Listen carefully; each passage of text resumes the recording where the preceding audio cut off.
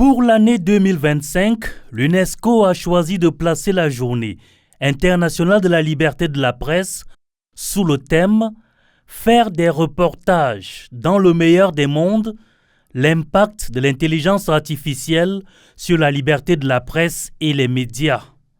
C'est une autre bataille dans laquelle est impliquée la presse camerounaise, activement soutenue par le gouvernement.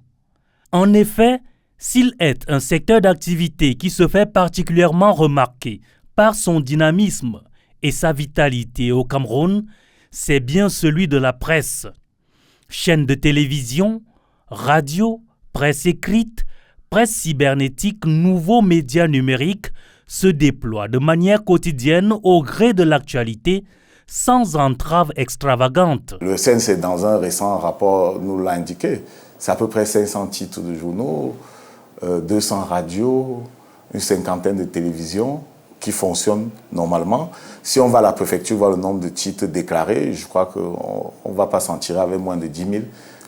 S'il est une chose sur laquelle tout le monde est d'accord, c'est que tout le mérite de la libéralisation du secteur de la presse et de la liberté d'expression revient au président Paul Biya.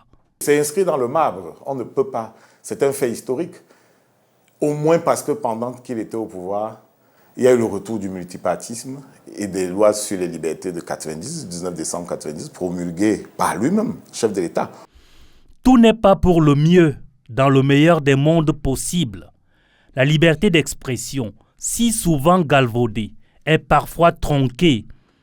Les débats quotidiens et dominicaux sont loin d'être des havres de paix.